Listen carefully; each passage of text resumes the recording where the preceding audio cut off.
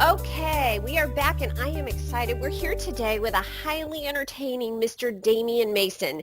For those of you not familiar with Mr. Mason, he is known lovingly as the food and farm guy. I love that. He is a professional speaker, entertainer, writer, and specializes in really informative messages for agriculture audiences. We're here today with Mr. Mason. I want to say hi, Mr. Mason. How are you? Thank you for having me, Shelley. Appreciate you bringing me on. Oh, no problem at all. And as you know, we are here to talk about the highly controversial GMO debate. And I have to tell you, I was on your website, and one thing that intrigued me is you refer to GMOs as demonized boogeymen that are disguised as crops. Can you explain to our readers what you mean by that? I think we live in an affluent country, arguably one of the most affluent countries. We have 25% of the world's GDP, but only 5% of the world's population.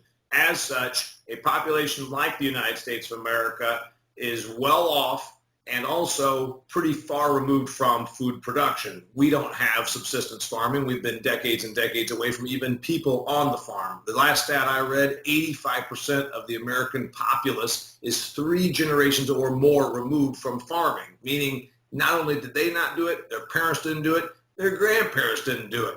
So As such, we've got a really well-off group of people that don't really understand agriculture, so they seek out a cause. And man, oh man, is this thing hot. GMOs, it's new, it's technological, and it's become a real hot button for people because they don't even know what it means. They just heard that it was bad, and they're so far removed, and also they can afford to have the cause. Trust me, nobody in Ethiopia is protesting GMOs. Yes, no, and actually that leads to another question that, and I have read, and I see on your website you actually had a blog about it, is that GMOs in many ways, according to what I have read, make our lives easier, both our professional and our personal lives easier. So can you explain what you mean by that when you talk about it in your keynotes? Sure. I talk about it to anybody who listen, and I do talk about it in my keynote presentations. I was raised on a dairy farm in northeastern Indiana. I own a farm. I'm talking to you now from the office in my farmhouse that was built in the 1800s. When they built this house right here, they were doing all they could to go out and clear the land and put out a couple acres of food crops. We have advanced so much. Just like your business, my business, everyone that's listening and watching this, their business has advanced. They have a cell phone in their pocket that can help them from getting lost in the most backward-ass part of the United States. They can still go on their phone and find where they are and get out of there. Those sort of technological advancements that we use in our workplaces, we're not still using fax machines. We're not still using antiquated technology. GMOs, genetic engineering in agriculture, has made agriculture more efficient because we can now use this product and put that in the ground and then go over, say, soybeans. We drill them or plant them in the ground. We spray them. We harvest them. When I was a kid, we would plow the ground. We would disc the ground. We would cultivate the ground. We would then plant the soybeans. We would then go out and cultivate through the rows of beans when they emerged. We would then sometimes have to walk the fields with hose or with backpack sprayers. And then we would also have to do about 1 or 2 more steps. So what we're doing now saves diesel fuel. It saves trips across the field. It saves human labor. There's a lot of anti-GMO opposition that says, oh, it's all about greed. It's all about money. Well, it's also about advancing your business through technological means, just like any other business in America would do. Right. And one thing I was reading, and maybe you can shed some light on this situation, is that the GMO-based plants are reported to be a lot more resistant to like insects. So I can only imagine, does that mean that you have to you use less insecticides and herbicides when that happens? One of the worst chemicals for human health, probably years and years ago, there was a product called Counter. It was pretty hard stuff, but it's what we needed for corn. Obviously, the United States grows about 45% of the world's corn. It's down from what it once was because the rest of the world is wanting to produce crops as well. We would, as a kid, we'd go out and put our seed corn in our corn planter, and we would dump this chemical in there, and it is powder. It's insecticide. Through genetic engineering, scientists have inserted into the seed and propagated a seed that is resistant to insects, such as that produce cutworms. So Okay. now we can use less insecticide. The argument against genetically modified organisms, the argument against genetically modified crops is that, oh, we're going to use chemicals. Don't kid yourself, Shelley, and all your Okay. listeners. We've been using chemicals since the 1940s. We've been using chemicals in great quantity since 1940s. The argument that I would make for GMOs, we're actually reducing our use of chemicals through the insertion of traits into the seed. That corn, we now have a stacked trait, which they take this trait, breed this trait in, genetically engineer these traits in. So now it's resistant to, say, cutworms. Less insecticide now because the seed resists cutworm infestation. Oh, that's interesting. So I think that that concept seems to get lost in some of the propaganda that's out there. And, I understand there is a cost concern, with regards to GMO. And one thing that I know our readers and our viewers are concerned about is the nutritional value in some of the GMO foods. In your opinion, have you seen any literature that shows that GMO-based food is less nutrition, there's less nutrition in it than organic foods, for example? I haven't seen that any research. I Okay. haven't seen any science at all that would back that. Now there is a component. In fact, I've read a book by a guy named Schatzker called The Dorito Effect. Yes. And he talks all about flavor. Flavor equals nutrition. Humans are craving the flavor because it's your body that's actually wanting that nutritional component. Agriculture in general, and this is one of our failings. We have focused so much on production, and we've done a good job of it. It was only 100 years ago, people were starving. We still had parts of the world, scurvy, things like this. You're a doctor. I need to explain it.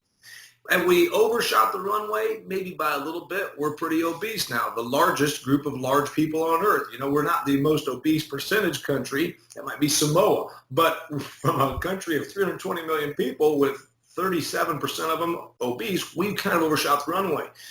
But I guess having too much food is a nice problem to have. Again, go and ask the starving child in Ethiopia. What I would say we've done is not because of genetically modified food. Okay. We've done this because at the goal of production, we've maybe lost a bit of flavor, and maybe we've lost a bit of nutritional content. Now, as for GMOs being blamed for nutritional content, that's absolutely probably inaccurate. What we have the promise to do there is breed more stuff into those food crops. Great example being, it's called golden rice. If you want to get bored, Google it. Okay. We have a part of the world where children were going blind because they don't have enough beta carotene in their diet. Right. Genetic engineering was going to insert traits into the wheat or rice, I'm sorry, because it's the part of the world I don't normally go and speak at.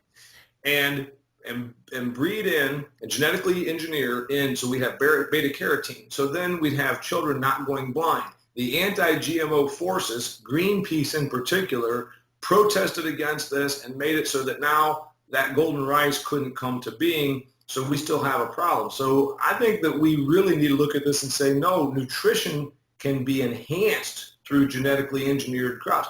Look at how many other things we've done well, like in your practice. Yeah. The answer isn't going out and burning incense and kneeling on the ground always. That might make you feel good, and it might be good spiritually for your head, but at the end of the day, you still need proper nutrition, you need proper nutrients, you need some modern medicine. So I would say don't blame GMOs for a lack of nutrition. Okay. All right. That's a good take on it because a lot of people are in the propaganda these days are very focused on taking nutrition out. But that's interesting what you bring up about the rice, adding nutrition. I mean, that's definitely something interesting. How many people would you say, and I'm curious, in the world really are undernourished? What would you say?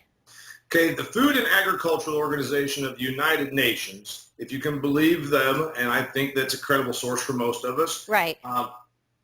2 decades ago, we had 1 billion starving or chronically malnourished people on the planet. The planet has about 7.4 billion people today. What's interesting is 20 years ago, that number was 1 billion starving or chronically malnourished. 20 years ago. 20 years Okay. ago. Today, we have 1 billion more people than we did 20 years ago. So we were about 6.2 to 6.4 billion then. Now we're at 7.4 billion. That number's come down to 800 million chronically malnourished. So we shaved off 200 million starving while the globe gained 1 billion more people. Well, how do the opponents of agricultural technology want to believe this happened? Did they think that, God just flashed down and gave a bunch of loaves of bread, or did agriculture produce food? So there is a benefit to production. Yes. Here in North America, we're so darn good at production. We see the fat people at the mall and we don't lack food. Well, we don't here. Yes. But we must always remember that here is kind of the old thing of everything I know I learned at my country club. Right. You always say that about the rich guy. Oh, everything I know I learned. Well, just because we're well off here in the U.S. doesn't mean there's not people that are starving. So we're down to 800 million chronically malnourished or starving people on the planet, according to the Food and Agriculture Organization of the United Nations. So if you could get out your crystal ball, you have it right in front of you, how in 20 more years, if we continue on the same track we are, will that trend continue will that number continue to decrease? In your opinion, how do we get it down to zero? Or is that possible? Probably not completely possible, but getting closer and closer to possible. The guy that gets a lot of credit in agriculture circles is named Norman Borlaug, the father of the Green Revolution, if you will. He really was a big proponent of ag technology 50 or so years ago. And he was out to solve world hunger. It's one thing for a bimbo in a beauty contest to say she cares about solving world hunger. This man was a scientist. Wow. Okay. And worked every day to do that. And he believed that it was genetic technology, things like that would make it occur. Shelley, what I would say probably ends up happening. We in the business of agriculture need to understand we have two markets. We have North America, Western Europe, Australia, well-off people. Right. And they care about cause. And they have the money, the financial resources to worry about such things. Again, they can convince themselves that there's a boogeyman. When they walk into Whole Foods and a protester who's never taken a science class is out there in a hazmat suit holding up a sign that says, GMOs are evil, kill Monsanto, they can buy into that. But that is a small part of the world population. All of Europe's about 300 million. We're about 320 million. You throw in Canada, you throw in parts of South America, Australia, you pretty much got the developed world. We need to realize that in agriculture, we've got those people to sell a story. And if they want organic, brushed by a girl, blessed by a rabbi, walked to the Himalayas, beef, fine. They can afford it, we'll buy it to them. And then we've got the other people that really just need sustenance. Yeah. And I think we will get closer. The other answer is we might end up in this country doing something really stupid. We might end up outlawing genetically modified organisms. Okay. Europe has done so. And that would be bad for science. That would be like outlawing vaccines. Okay. Yes. All right. I understand. Go ahead. In the developing world, I think they're going to say, no, we need food. We need food, so we'll do whatever we can. So that's maybe where this goes, is from where it's most needed. But the problem is what Greenpeace did with that golden rice thing. They went to a part of the world where it was most needed, and they do prey on ignorance. A lot of people in Bangladesh have not completed the first science class. They've not completed first grade. And you tell them, Monsanto's here to kill you. Well, then they believe Monsanto's there to kill them. And that's the travesty of the anti-genetically modified. I tell all my folks, your listeners, you can buy whatever you want. Yeah. You can eat whatever you want. You can probably afford whatever you want. But your arrogance and affluence doesn't entitle you to take food off the plate from some starving kid in Bangladesh that now is going to be blind because they were told that golden rice was going to hurt them. Right. That's the sad part of the debate. No, and I understand where you're coming from. I do. And, being new to the GMO debate, I mean, there's a lot of science behind the GMOs, which I think sometimes gets brushed under the carpet.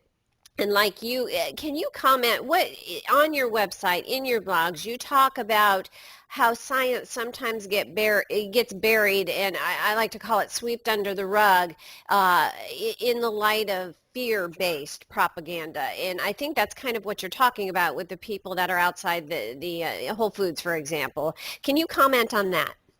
Yeah, we know that, I have a degree in agricultural economics. I took 14 hours of lab science at Purdue University. Does that make me a scientist? By no means, but probably more advanced than the average consumer. That's not arrogance. That's just, we know what the stats are of education attainment in the United States. 2 years ago, the National Science Foundation conducted a poll and found that 26% of America does not know that Earth revolves around the sun. Wow. Now, if you've got a populace where 1 in 4, and I always make the joke, I was raised in Huntington County, Indiana. It's Dan Quayle's hometown. We're not smart people. We didn't even have one of those little plastic bottles with the planets. We just take the fat kid in a yellow shirt, put him in the middle, and he'd be the sun, and we'd all walk around him and be the planets. That's your model. Yeah, that's your model. So here's the thing. You don't necessarily have to extrapolate very far to say, well, wait a minute. If 1 in 4 Americans don't know Earth revolves around the sun, how could they ever get their hands around genetically modified food? And then when the opponents, and this is driven by propaganda, some of it's from the organic trade groups that want to scare people. Right. Some is driven by just people need a cause. Maybe they want to be against a pipeline. Maybe they want to be against gasoline. But Monsanto, of course, is a lightning rod. It's always made me laugh. Yes. Monsanto's half the size of Starbucks. But if you listen to the people outside of Whole Foods in the hazmat suits protesting, they would tell you that Monsanto rules every food calorie on the planet. It's just not true. They're 1/2 the size of Starbucks as far as their market capitalization. Wow. Interesting, by the way, they're being looked at this very week. Bayer, the crop chemical company from Germany, wants to buy them. So do I think that we're going to get very far on this? Scientifically, it's hard because it's easy to be against something and easier to oppose something that sounds scary, GMO, UFO, oh my goodness, than it is to be pro something. The National Academies of Science just came out last week, and 50 researchers spent 2 years going back 20 years and concluded, and they compared the samples were us, meaning Americans, and Europeans. And we found no issues, the stuff that GMOs are blamed for. Oh, it's causing celiac disease. You're a doctor. Right. 0.7% of people are celiac disease people. Yes. You can be trendy to be against gluten. You can be trendy to say, I don't eat gluten, but it doesn't mean you've just contracted celiac disease. These are all things that genetically modified food get blamed for. Okay. All right. That makes a lot of sense. Well, in concluding this interview, I just want to thank you, and I know that I was just getting started. I know we're going to have to come back on and talk about this one in more detail, and I know we have other topics to talk about. You know why? I have to tell you, our entire team was on your website, and we were giggling at your videos of you as Bill Clinton. Oh my gosh. That's how I got my start. So how did you get into that? I have to know. I mean, you're a very good Bill Clinton, and you had everybody in stitches. Tell us about that. 1992, Bill Clinton was elected to be the President of the United States. I was graduating from college. I got my first job. I was in sales. And I dressed up as Bill Clinton at a Halloween costume contest in San Diego, California, where I was stationed at the time with my job. Right. Company thought this was funny. I won some money in a costume contest, and they started using me at trade shows. So then I started developing the act. I was always a funny kid. I could always make people laugh. So makeup, hair paint, fat padding. The Bill Clinton thing obviously has run its course. I switched gears and became an agricultural speaker, and with my comedic background. So I deliver programs that are about ag, about food, about consumer issues, and that are also funny. I can still roll out the occasional Bill Clinton stuff. I can still roll out the occasional political comedy thing, but I don't visit that as much as I used to. It's, I guess, the one thing about it, it makes you a real good trained observer. And that's kind of what we just talked about. Right, Being a right. generalist, where you're always observing what's going on in the marketplace, which is now why I talk about issues in food. Right, right. Oh, that's interesting. So, for all our viewers and listeners out there, I encourage you to get on Damian's website. So, Damian, for those interested in contacting you or getting you to speak at their next event, reading about some of your blogs and the GMO debate, where would you send them? DamianMason.com. That's DAMIAN, DamianMason.com. They can find me on Facebook, Damian Mason Professional Speaker. They can find me on Twitter at Damian P. Mason. They can find me on LinkedIn. I'm happy to share stuff. I want to say something about Sure. that very preface of the GMO debate. Okay. And this is what's sad to me. Okay. When the announcement came out from the National Academies of Science, my wife had CBS Morning News on. And I'm making breakfast, and they interviewed a professor who talked about the science, and they came back, and the three anchors, none of whom has probably ever had a science class in their life, but they're really good at reading teleprompters, said, and the GMO debate is going to rage on. Now, we just heard substantive data that said, no, it's fine. We've been using genetically modified crops since the mid-'90s. I'm a farm guy. And if your listeners, I always say this, hey, you oppose this technology? Great, come to my farm. I'll give you a hoe, and I'll let you walk these fields and hoe out weeds. And by the time you get down and turn around, it's a half mile and another half mile back, you're going to be the biggest proponent of genetically modified food because you're going to say, wow, that makes our life and business easier. Yeah. And so I think that the science is lost on, but let's just talk about the practicality. Right, right. That alone, I mean, it does put it in perspective for sure. The practicality is, you and I both know this, our lives are generally better because of air conditioning. They're generally better because of cell phones. They're generally better because of many of the things that we have. Why do we want to deny that? And I think that, we started this interview with, Shelley, when I told you we look at farming and agriculture from such a distance for the average American consumer. They're 3 generations removed. They live very, very well. I mean, even people of average income have a very good lifestyle here. It's easier for them to say, we don't get it. They don't get it when you say, no, here's the practicality of it. So let's realize that I think that they want farming to be what their view is, their vision is, that it's going to be an old couple in their bib overalls and a house. They don't want to live like that themselves, but they think that it'd be neat if agriculture could be what the American Gothic or the hee-haw or the Ma and Pa Kettle picture of it is. Right, right. It's not realistic. And I understand what you're saying. And after our discussion today, I'm going to look further into it because, it is the concept is very much like the technology, like you were saying, because now, I mean, I was joking with a friend of mine the other day that I hyperventilate when I don't know where my cell phone is now. So, and years ago, that would have never been the case. No. And so we evolve. And, what I didn't know is what you are talking about with the 800 million people, around the world, not just here in the United States, that are undernourished. I mean, we can't, it's hard to turn your back on that. And it's an arrogance or an affluence symptom because, many of the people that are in those countries, it's like I even said, years ago, when we were nation building, we would used to say, and this is getting a little bit political, 50, 70 years ago, we'd say, we don't want that Vietnamese person to be a communist. Well, that person's a starving peasant.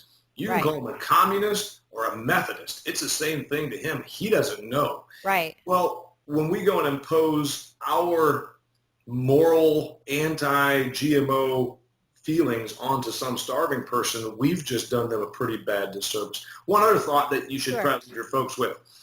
There's a big component of anti-GMO crowd that consider themselves to be environmentalists. Okay. And I alluded to it earlier, that this gets lost because once they start holding up the signs and they're marching against Monsanto, the environmental aspect of it goes out the window, and it's too bad.